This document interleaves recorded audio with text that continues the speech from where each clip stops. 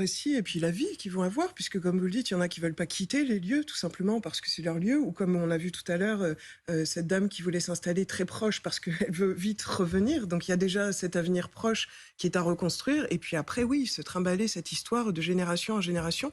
Ce que je trouve assez impressionnant, ce qu'on dit toujours, c'est une guerre de communication, mais c'est aussi une guerre de non-information. Il y a beaucoup d'opacité sur combien de personnes périssent vraiment, combien sont blessés, combien sont disparus. On n'a aucune information là-dessus, c'est probablement très difficile.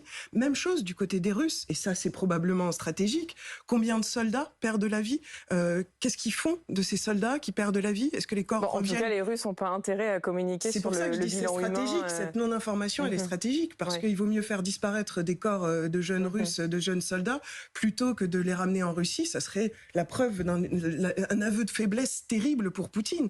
Donc j'ai l'impression qu'il y a une opacité terrible. Et ça aussi, ça va jouer. Évidemment, on n'a même pas idée des conséquences que ça va avoir sur ces populations qui vont être déplacées pour toujours ou déplacées en Ukraine, probablement loin de chez eux, mais toujours en Ukraine, avec des territoires dont on ne sait pas s'ils seront à terme russes ou bien s'ils resteront ukrainiens. Ça fait beaucoup d'interrogations pour des humains.